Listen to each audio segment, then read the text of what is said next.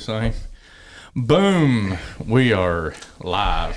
There we go. We were live already. We're just recording now. Yeah, we're just recording now.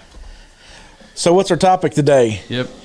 In the beginning, God created The heavens and the earth? the heavens and the earth. The earth was without form and void, and darkness was on the face of the deep. The Spirit of God hovered on the face of the waters, and God said, "Let there be light." Today we're going to talk about light in the darkness. And normally we try to, I guess, conceal it from each other as far as what we're going to talk about. But with my PowerPoint presentation, I couldn't help but you couldn't help but see what was happening on our, so Chris already knew. But that was 9 minutes ago. Yeah, that's right. I mean, I got here at 1:21. Yeah. So Unscripted. I've had 9 minutes to contemplate light. Yep. Well, so what's the first things that just hit your mind about it? Well, you think about no more darkness. Mm-hmm. I think about light, safety. When you're our old house, and this is one of the great things about being a dad, right? Is tormenting your kids. Like our old house. I would never do that. No, you're so much better than me. So can you help me with that, Bob? I really struggle with this constantly. My poor boys. But our old house, like we had this bonus room over top of the garage, and it was like 30 foot long and 30 foot wide. You're so rich. Yeah, go ahead. And but that was the only room that had carpet in it, right? So the boys could go in there and they could beat and bang and tear everything up. But it had one window on the other side. And I put that window in there just if there was ever a fire and they couldn't get out this way, they could crawl out the window, right? Yeah. They could jump 25 foot if they had to. Mm-hmm. And so what I would do is at nighttime, they would have a lamp on, or they would leave the window open or something like that, and it would be dark. And I would say, hey, go over and shut that window on the other side of the room. Well, the light switch is on this wall, right, 30 foot away. So they'd get over there just about to that window. I'd cut the light off and shut the door, right? And you hear, bah, bah, bah, bah, bah, bah! Screaming the whole way. And they're rattling the door, rattle, rattle, rattle, rattle, just trying to get out. And then the first thing they think of is instantly it's dark. So they flip the light on.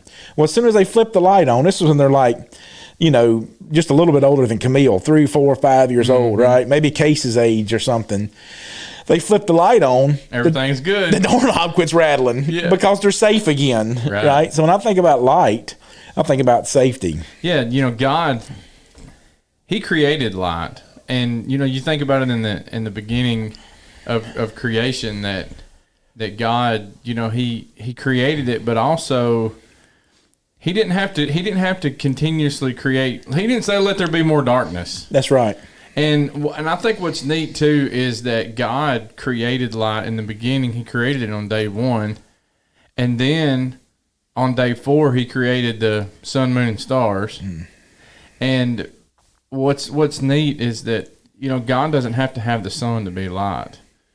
And I think about Revelation 21, the fact that there's no night there in heaven, and God is the light, and it's just His presence is what's going to illuminate heaven. And so you think, safety. Yeah, safety. You look at it, you have darkness was on the face of the deep. God spoke, light came into existence. Light is there, and so you have light in the beginning, but man in Genesis 3 begins to turn away from the light and to do his own thing. And so God, all throughout the Bible, is referred to as light. Darkness is sin. Darkness is evil. The absence of light is Men bad. love darkness. Men love darkness rather than light, yeah. And so you look at, Genesis 3, that man turns away from light. And then everything from Genesis 3 to Revelation 21 is about getting man back to the light. It's about getting man back to being in that relationship with God constantly. That reminds me of a verse. Let's look something in Acts 17. I was just thinking about this when you're talking about just getting us back to it.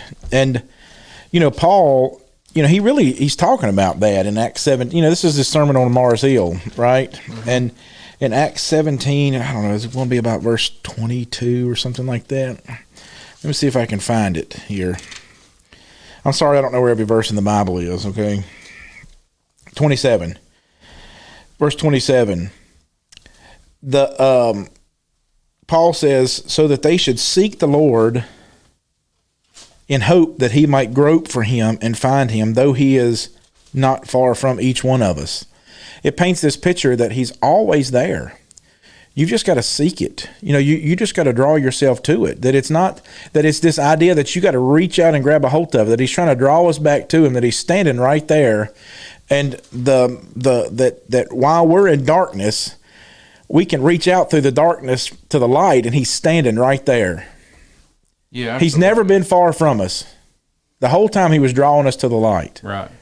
I heard of a story of a tale that and I say it's a tale, it may be true, I'm not sure, but that Indian warriors, that kind of their rite of passage was that at this certain tribe you talking about like Native Americans or like? Yeah, Native Americans. For a Native American to become a warrior in his tribe, he would have to go, there was certain things he'd have to do, but one thing was he would have to go and he would have to spend all night by himself out in the woods without the accompaniment of anybody else. And so he would stand there all night, and they would pick the darkest night for him to stand out there. And so you hear all the sounds in the woods and all these things. But as day would break, as light would break, he could see, and there would be the shadow, and all of a sudden he would understand that his dad was there watching over him all night. But it was just it was a test. Now, of course, the dad's going to be out there to protect him, and I don't know how old the boy would be, but you just think about darkness would separate us in our mind. Darkness separated that young boy in his mind from his father. He didn't know his dad was there because darkness was there, and it was hiding. And it's the same way with God, is that men love darkness rather than light. That's what in John 3, John 1, mm-hmm. And so that's the problem. That's the condemnation, is that men love darkness rather than light. And so darkness conceals God from us, for us to not be able to see him. But I've heard you say this several times, is that no amount of what? Yeah, no amount of darkness can steal the light of one flame. Mm-hmm. And so it doesn't, you can't measure, we've talked about this, you can't measure darkness, you can only measure the absence of light. So it doesn't matter how much darkness there is, it can never steal the light of a flame. And I love years ago when the KW Church here was sending out their newsletters from the TZ 2000, with Si and Stephanie when they were in Africa, and maybe she can correct me if I'm wrong on this story, but I remember this story that I read in one of those newsletters, and it was just so interesting. It's one of those stories that sears in your mind, and I can't even remember if it was Si telling this story or not. So if Stephanie listens to this, maybe she can correct me on it. But he was telling the story of them going out into the bush, and they were going out at nighttime. And when they were going down one of these little dirt trails, and they were on one of those Land Rovers with, they got the lights all decked out on top of it and everything. Mm-hmm. And so they're going down this path, and they run up on this group of natives. And, before they get there, they can see all these eyes, throughout all these eyes, in the landscape, right? And so when they're seeing all these eyes out there, they realize there's all kinds of stuff in the darkness out there. Well, when they run up on this group of people, they start running. And the driver, he's the American, right? He's the missionary. He's over there, so he's trying to catch up with them. Well, they're running faster, so he's speeding up, and that guy's, he kind of taps him on the hand. He says, "Don't do that." And he said, "Well, why?" And he said, "Well, you're missing what's going on." He said, "You see all those eyes?" He said, "Yeah." He said, "They see them too." And he said, "But now they realize that there's safety in the light." He said, "They're trying to stay in your light." Mm. So as long as they know they're in your light, they know that they're safe. And so those people that are running, they're not running away from you. They're running with you. They're trying to stay in your light. And so there's safety there. That's what John 1. I mean, 1 John 1 is about. Yeah. You know, that let's look at that. God is light, and in Him is no darkness at all. At all. Yeah. And that's the thing, is that we have to realize that that's what God calls me to be. Is He calls me to be a direct reflection of what He is. And so He's the light source, but I'm to be the one that reflects that. And so in order for me to reflect Jesus, I have to stay in the light, because that's what a Christian is I don't bear the light on myself. God's the one who created light. He's the one that God is light, in Him is no darkness. And so a Christian is just a direct reflection of God, in that the light shines on me and then I shine. It's almost like a mirror or a snowflake snowing in a lot of parts of the world, right, in parts of the United States right now. And that's what I saw both of them Monday. You saw both snowflakes in South Mississippi? Yeah, I saw both of them. We even had snow in South Mississippi. It wasn't much. But, you know, so when you think about a snowflake, they're all unique. And the snowflakes they're not white. They're a reflection of light. And so it makes them look white because it's in its purest form. That's right. And in 1 John 1, that's the message that he's driving home. This is verse 5, 1 John 1 and verse number 5. This is the message that we have heard from him, big H, Jesus. Yeah, right. That, John is telling, he's like, this isn't, what's kind of a cool thing about this is he's saying that this isn't like an inspired thing. We heard him say this. He that's why he uses this verse 1, that which was from the beginning, which we heard, which we seen with our eyes, which we have looked upon, which our hands have handled concerning the word of life. He's talking about his experience with Jesus. Right. Paul, a lot of the things he received was from inspiration. Like in 1 Corinthians 11, he talks about how I received from the Lord, and he's talking about the Lord's Supper or something like that. Right. Or he says, we know our Lord Jesus said it's more blessed to give than it is to receive. Right. And those aren't things that he heard Jesus say. Right. He didn't hear him directly in the flesh. But John's saying, like this, we were there. Yeah, I laid on Jesus. Exactly right. I was the one that held my head on his chest. Can you imagine hearing the heartbeat of the Lord just laying there? Yeah. And so verse 5, he says, this is the message that we heard from him. You don't know what he heard? I was with him, and I want you to understand that I was with him from the beginning. And this is the thing that we heard from him, that God is light. God's light. Out of all the things that John could say right now, all the profound messages that Jesus talked about, that you think that I come to the world to condemn it. No, I didn't come to the world to condemn it. I come to the world to save it. I'm going to come back in condemnation one day, but I came to save it. Or I came that I might give my life a ransom for many. Or I come to seek and save the lost. Or I came to serve and not to be served. But John says this is what he said. That's right. He said this right here, that God is light, and in him is no darkness at all. And if we say that we have fellowship with him and walk in darkness, you're just fooling yourself. We lie and we don't practice the truth, because what he's reminding them is that you are a light. Your job is still to reflect the light. That's why, that Matthew 5:16, let your what? The light shine before men, yeah. Yeah. That they may see your good works, and glorify your Father. And this is just a direct reflection of that, of saying that God's light, and in him is no darkness. So if you say that you have fellowship with him, but yet you walk in darkness, that doesn't say that you there's some people that believe, okay, well you, Chris Donovan, you're the substance, you are God, you are light. Well, no, because that's not it. God is he's the source. I have to remain in that source. And of course, this is a verse. I don't want to get off on this tangent, but some of our friends of faith will say that once you're saved, you're always saved, and we believe that in the sense that as long as you're walking in the light, yes, you're going to remain saved.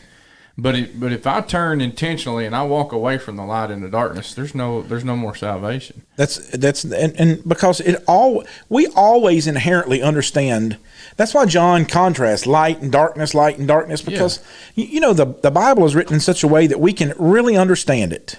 There are people that might like the dark, but nobody loves it. No. You know what I'm saying? Right. Like, I like it dark when I'm sleeping, don't you? Absolutely. You know, like sometimes when it's those full moons and our window is right behind us, for all the years that I worked nights, and I was like, Lord, can you please turn down the moon a little bit tonight? Yeah. It's so bright, but or even a street light coming through like the little holes on the blinds, and it hits you in the wrong spot. But Yeah. go ahead. But that's what God is trying to get us to we understand inherently the blessing of light. We understand inherently the blessing of when light dispels all the things. Now I can be fully aware of my surroundings. Now I can really understand. I'm not scared. I mean, you think that's one of the plagues that he sent on Egypt. Mm-hmm. Yeah, the ninth plague. You think about that. It was so dark that it was felt. Yeah, have you ever been there? Yes, I mean in a dark cave. Yes, when it's so dark, it just feels like it's squishing you. Mm-hmm. And it was just it's like humidity or something like that. It's just you can just feel it on you. And that's why God sends that on them. He's using. I mean, all the other things were plagues. That's why he calls it a plague. Right. The frogs, the lice, the flies, the murrain, all these things that happen. They're all plagues. So darkness is one of the plagues that God sends on them. And it was darkness. I always love looking at the types and antitypes. The first one. This is, water to blood. All the other things were natural. In the sense that man had seen frogs, he'd seen lice, he'd seen diseased livestock, and lightning come from the sky, and those things. But man had never seen water turn to blood, and so that's a way. He said, "This is how you're going to know that I'm God." Mm-hmm. But also, I like looking at so God chose blood first, but then also I like looking at the fact that God chose darkness to be right before he would lead his people out into light, and through the Lamb, and that's. So you look at the darkness of sin, and then enters the Lamb of God. Can you quit talking about this so I can preach about it Sunday? Are you preaching about it? No. So darkness is right before deliverance. That's right. And so then they need to be delivered, and right before the death of the firstborn, and so it's just interesting things that just looking at the Bible and how he does it, and you can certainly see the antitype in that. Yeah. In that, Romans 5 and verse 6, and while we were yet without strength, in due time Christ died for the ungodly. Galatians 4:4. In the fullness of time, God sent forth his son, born of a woman, born under the law. Darkness. That we was at God looked on that point in history and he said, this is the darkest moment. And he did with Egypt. This is the darkest moment for Israel, but it's going to take the firstborn's death to deliver them. And it's going to do the same thing for him. That's why he uses that Adam, as in Adam, we all die, but Jesus, the first fruits, right. Through his resurrection, through his life, we all live again. I mean, what an awesome thing. And so, that rolls you back to that 1 John scenario then, right? So if we walk in the light, if we stay in the light, if we stay in the place of security, we have fellowship one with another. There's this trifold, connection then. Like I'm connected to God through fellowship. I'm connected to Bob through fellowship. All these things are this threefold idea that we have fellowship one with another because the blood of Jesus cleanses me then in the light. Yeah, and so as a Christian, I've got to remain there.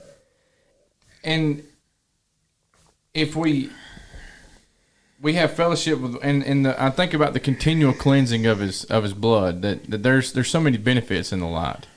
And it was real hard for me whenever I went from being a night shift police officer to a day shift police officer, because the darkness conceals so much. And so there's certainly it can put. What do you mean? What was hard about it? Well, so like going up on a traffic stop, you treat every traffic stop as the same. Whether I don't care if it's a teenager or if it's somebody that you think is going to kill you, because that's just the way that they train you, is the fact that, all right, be ready for anybody and everybody to kill you. So whenever you walk up on a vehicle, certain things that you would do, but at nighttime I could be concealed as I'm walking up to that vehicle because of using light, putting it in mirrors, putting okay, on certain things. Yeah. But so there's a spotlight on your vehicle, there's takedowns on your light bar. Is that why they strobe the lights for? And somewhat, but yeah. So that it's a way to, it's just a way to throw you off in some ways. But also, it catches the eye during the daytime too. But so approaching a vehicle, I could you know, a lot of people expect somebody to show up on the driver's side. Well, if there were several people in the vehicle, it's going to be hard for me to see. Well, I could back out of my vehicle. I've got the spotlights on it and approach from the passenger side. They're all kind of waiting, looking out on the driver's side, and then I'm kind of seeing if they got something planned. I've even walked up on vehicles on the right side, looked at everybody, make sure they look good, and then walked all the way back around and approached them to talk to them on the driver's side. And they never knew. They never knew. But so you lose some of that tactical advantage and things, and so. So would you rather do it at night? Yeah, I mean, I would rather have been a police officer at night. Yeah, as far as the advantage that I could gain from it. But at the same time, it's harder. So what do you think? How do you think that applies to Satan then? Well, yeah. Well, so here's the thing too: is during the daytime, criminals nowadays are breaking into more houses during the day than they are at night. They'll walk up to your house, knock on your front door, and if nobody shows up, guess what? I can go kick in the back door. If Krista shows up at the front door, they're like, "Hey, this old trailer you got down there, you trying to sell that thing?" Well, no, it ain't by the road. I ain't trying to sell it. Oh, you wouldn't want to try to get rid of it? Okay, well, I was just trying to figure it out. I saw one like it. How long you had that thing? And they'll shoot the breeze with you and gone. Well, so, but at nighttime, if you're knocking on somebody's door in the middle of the night, that's right. The chamber 870's coming to the door with them. Something going on. So you can. So as a police officer, I could decipher if somebody's out at 1 a.m. in the neighborhood. Something's probably off with that versus 1 in the afternoon. I've got a lot more reasonable suspicion to where I can actually stop. And so it's a lot easier to tell who's good and who's evil when you're policing at night. That's the reason. So if you and that goes. So if you see a dude walking down the road at 3 o'clock in the morning with 3 weed eaters, it's a pretty good chance that he's good time. Or if he's walking down the road, he's got 2 GPSs in his pocket, right, and a cell phone. What are you doing with 2 GPSs in your pocket? And he's like, yeah. What if it's snowing? I saw this guy walking down. I always think about this guy. I saw him walking down the road one day. I was going over to Jessica's school, and he had 2 weed eaters and a chainsaw, and it was 18 inches of snow on the ground. And I always wondered if that cat had stolen things because, like you use a weed eater, but you ain't using it in 18 inches of snow. No. And that's the other thing is, in fact, the very first detective case that I got assigned to, I was actually working with Jerry Crabtree, who was a member of the church as a detective, and Jerry put 56 years of law enforcement in. He was 70-something years old, and he was killed in the line of duty in a car wreck, actually in the snow. But my first case was about 20 cars getting hit in a neighborhood in the snow. Oh, okay. Broken into, and me and Jerry worked that case together. So, yeah, it was at night in the snow, people breaking in, and you think, man, everybody'd be out playing in the snow. Well, criminals are out working in the snow, because if you see somebody out at 2 a.m.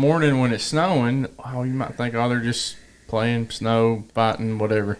Got a little more excuse versus if you're out in the rain, at 2 a.m. Mm-hmm. So it's criminals will hit in the snow. So, but in the dark, and you look at how the scripture lines up with that. How that you look at what is it, 1 Thessalonians, it talks about. What they get drunk at night. We're not of the night, and we're the day, we're the light, and that's what we should be reflecting all the time. Yeah, and so I think about, like you mentioned Revelation 21, and as inspiration would have the scriptures kind of close with the Revelation letter, and as we know it, and God's going to go through this scenario with John, and they're going to explain some things about what's going to happen in the end. Basically, just getting him to hold on. You know what I mean? Just getting him to hold on and just hold tight. It's going to be okay. And I know there's challenges and there's struggles, but I want to tell you about the city four square, and I want to tell you about the walls of jasper and the streets of gold and the pearly gates, and I have flat out never cared about any of those things before. No. I mean, you think about this, like how many people walk up to the gate of an apartment complex and they're just like rubbing on it. Like, I'm so happy about this. Or how many people you see pick up asphalt? I keep a piece of asphalt on my desk in my office, and people are like, "What's that for?" Well, it's just to remind me that riches aren't important here, because the streets are going to be paved with gold one day, and I think that I think that it's saying, hey, that it's going to be nice, but really you're not going to care about it because you're going to walk on it. I don't know if we'll drive on it, whatever it'll be, but you walk on the streets, and so we're going to walk on things that they're not going to be important to us. Asphalt's not that important to us today as far as monetary value. Now, for some it is, but. But that's the way that I view it. Is I don't go out here and I see a piece of chipped asphalt and I'm like, oh, I got me a nugget. I'm gonna hold on to that thing. And I've often wondered, and this is just Chris's opinion, but when John's describing these things, these are people that are living in under oppression. They're living under all the worst things that Satan could throw at them. I mean, you think he's trying to stomp out Christianity as if it were a fire, right? And in the first century, and it doesn't work. The harder he stomps it, really what he does is he's just fanning the flame. And so John is writing this, and he's telling him about the streets of gold and the pearly gates and all these things. And I really, people may call me a heretic for this, but I just really don't believe that heaven's going to have golden streets. And I think John is just really trying to get us. I think he just wants us to understand. I rebuked him, y'all. Go ahead. No, you just think John wants to understand what? Yeah, he's just, all these things are signs and symbols. Remember, John, Revelation 1. Yeah. These things are signs and symbols. Symbolism, yeah. Yeah, just to get us to hold on because there's something. But what I love about it is God does not spend all this time talking about what's there. He doesn't try to describe how fancy your mansion's going to be, because my mansion is going to be a lot different than anybody else's if I get to build it my own way. Yep, I'm going to have the biggest shop in heaven, I promise you. I just hope I get to live in Section 8 housing. If we get the hope, I just want to hold the door for people coming in then. Let me sweep off the mat. But, Lord, let me in Section 8. But, at the end of the day, he doesn't tell us what's there. He just says what's not there. Mm-hmm. There's no more darkness. There's no more night. No more tears, no more pain, no more suffering. And that's why I love that passage I referred to in 1 Thessalonians 5. He said, the day of the Lord's going to come as a thief in the night. So you better be ready. When they say peace and safety, then sudden destruction comes, just as labor pains do. But you, brethren, are not in darkness, so that this day should overtake you as a thief. And so we've talked about thieves and darkness. But you're sons of the light and sons of the day. We're not of the night nor of darkness. Therefore, let us not sleep as others do, but let us watch and be sober. And I think that's the greatest thing that we can do, is that we're of the day. So he says, be sober, verse 8, putting on the breastplate of faith and love as a helmet of the hope of salvation. For God did not appoint us to wrath, but to obtain salvation through Jesus Christ, who died for us. Therefore, we're to comfort one another with these words. And as a Christian, that because God is light and because light's going to be there in the end, he's telling us, you need to be of the day. You need to be sober. Don't be sleeping.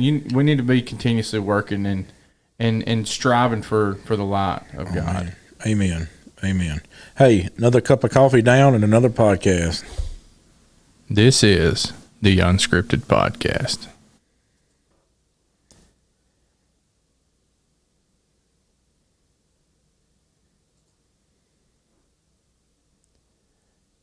You gonna stop the video?